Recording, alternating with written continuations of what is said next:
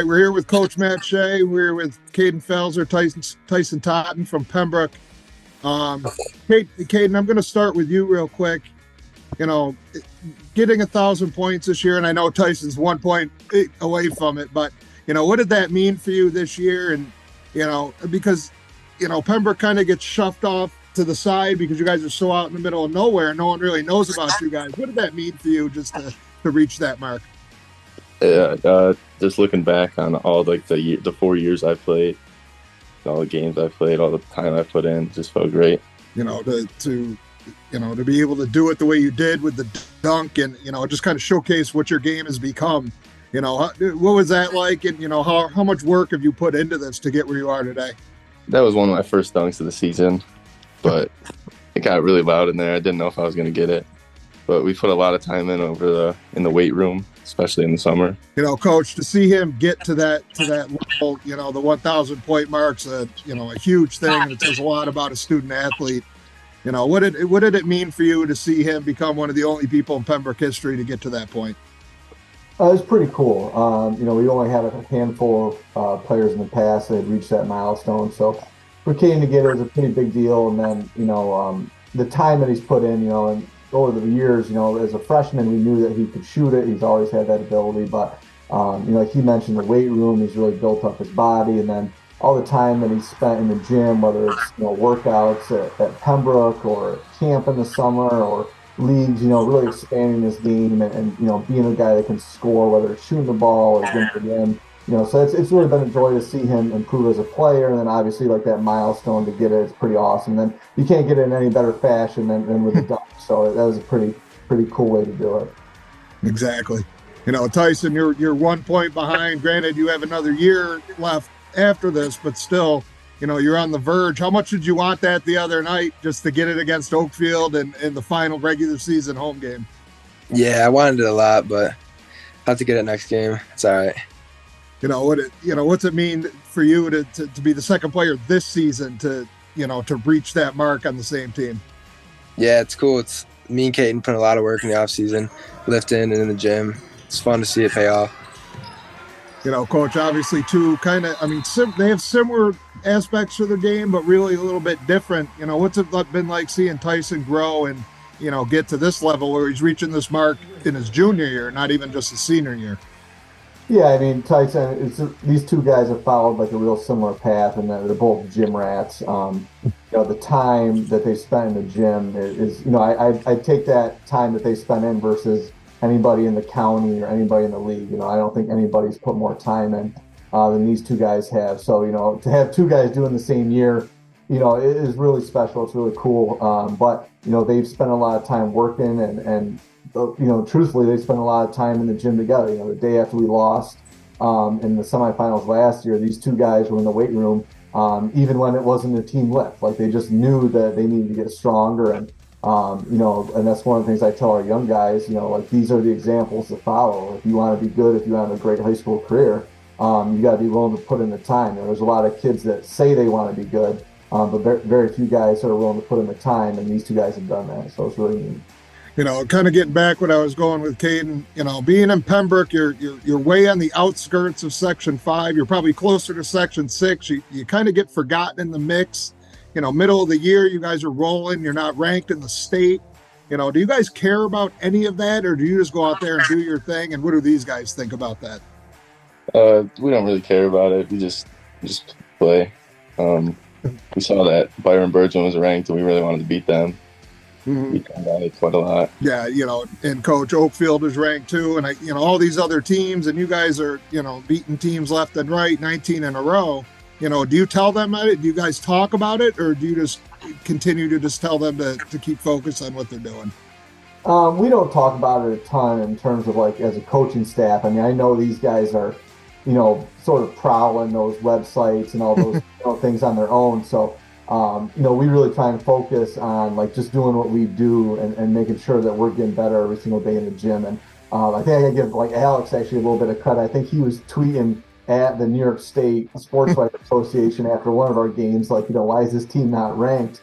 Like you said, you know, we're kind of like on the very edge of Section 5. You know, our whole the western side of our district, we're bordering, your Akron, all those schools over here that are Section 6. So I think we do sort of get forgotten sometimes, but I've always been a fan of being like the underdog and the team that's sort of trying to climb to the top. And I think that's the mindset that we try and keep. So it's nothing that's going to bother us. We kind of embrace it and roll with it. Tyson, you guys lost your, first game of the year.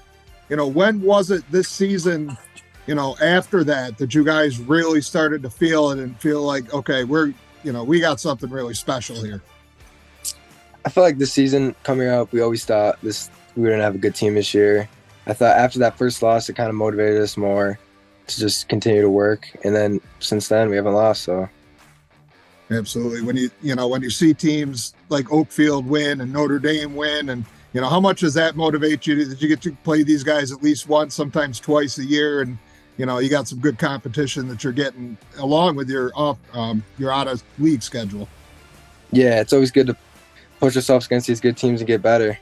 Coach, a lot of similarities between this team and the team you had a few years ago with Miano and Cohorst, and that team went undefeated and lost in the finals. Do you see any similarities yourself between this team and that team? Yeah, there's definitely similarities. I mean, like the big two are talent. You just have a plethora of talent on the team, and then the other piece is depth. We can go. That team. I think it was like 2018 when that team went through. That team had a ton of depth. We'd bring guys off the bench that contributed, and same with this team. We have guys, multiple guys that come off our bench. You think of Jacob Dalsey or Nathan Duttweiler or some of those other guys. On a lot of other teams, those guys would be starters and guys that play a ton of minutes. But they're guys that are willing to, play a little bit of a lesser role. And because of that, we have a ton of success and they're able to enjoy it, and you always get into like the comparison between teams, and it's, impossible to truly compare them. But like I said, those two, they're both talented groups, and both groups have really worked hard to get better as well. Yeah, I wanted to mention a couple of the other guys. Obviously, John Suro. You don't often see a high school guard that is pass first, score second, and that's his thing. How has he embraced that, and how has everybody else kind of embraced his role? To be the guy who's averaging 9 assists a game. Yeah, I mean, you look at our starting lineup. Starting with John at the point. I think he led the league. I don't have like a stat sheet for the entire league, but after our league meetings and stuff, I'm pretty sure he led the league in assists. He's going to graduate as the all-time assist leader for the school. He's a kid that can really pass the ball, really distribute, get into the paint, create shots. When you talk about roles, great teams. You can't have everybody be a scorer. If you've ever played, pickup basketball or anything, when everybody on the team is trying to get theirs, usually those teams don't do real well. You got to have guys that distribute the ball like John does. You got to have, the guys that rebound the ball like Chase. You got to have, we got the Avery Ferreira kid who does a little bit of everything, guards, and can score a little bit here and there. And then, like I mentioned, the guys off the bench. And when you get guys that buy into doing their roles and being great at their role, that's when teams can have special years. Yeah, when obviously these guys have been playing together for a long time.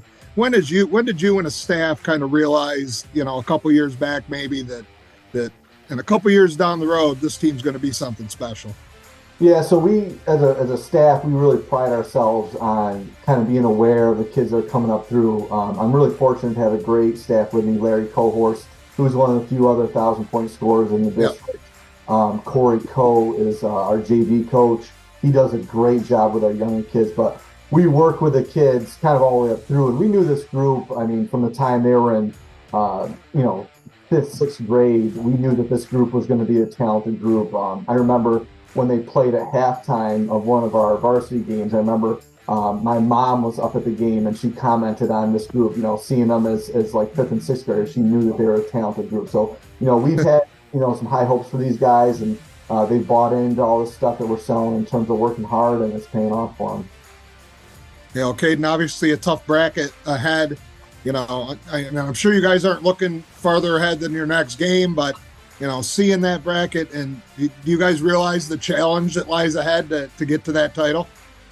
Yeah, we do. I think if we all just play our roles, I think if we just play great, we would win. Yeah, Tyson, a lot of you guys played football and were on that state championship team. How much do you think that's carried over to the winning mentality?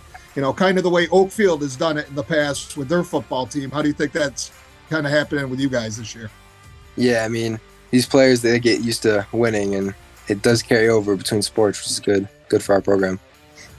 Absolutely. Coach, same thing with you with the bracket. Obviously a tough bracket, It's not going to be easy. What do you tell these kids going in, looking at some of the teams that you possibly could see down the road, one of which obviously is Oakfield and I believe York as well? Yeah, we've really focused on continuing to work and improve. I mean, you look at Oakfield, who won sectionals last year. You look at York, who won C3 last year, that's in C2 with us this year. There's some really good teams. It's tough to win a sectional championship and not play against, other really talented teams. So, we've been working on getting better every day. We've had a couple of great scrimmages, that have really challenged us the last few days here, sort of prepping for sectionals. We're just working on getting better and doing what we do as a program. Coach, one last one. I'll let you guys get rolling. If you can, how fun has it just been for you to kind of be along for the ride with this group and see them get to this level where they are today? Oh, it's a blast. I mean, you look at, all like the different aspects of coaching, whether you see kids sort of like go from kids to, young men, whether it's, the individual success that they've had, whether it's the 1,000 points or the all league recognition or player of the week recognitions that they've received. And then obviously the team success, winning the league titles, going undefeated in the league, getting the, in those state rankings, all that's awesome, and it's great to see because, they only have a few years to enjoy it. That's one of the things that we really preach to them a lot is that as a high school athlete, that time's expiring and they don't always realize how quickly it goes until it's over. So we really tell these kids all the time, enjoy this.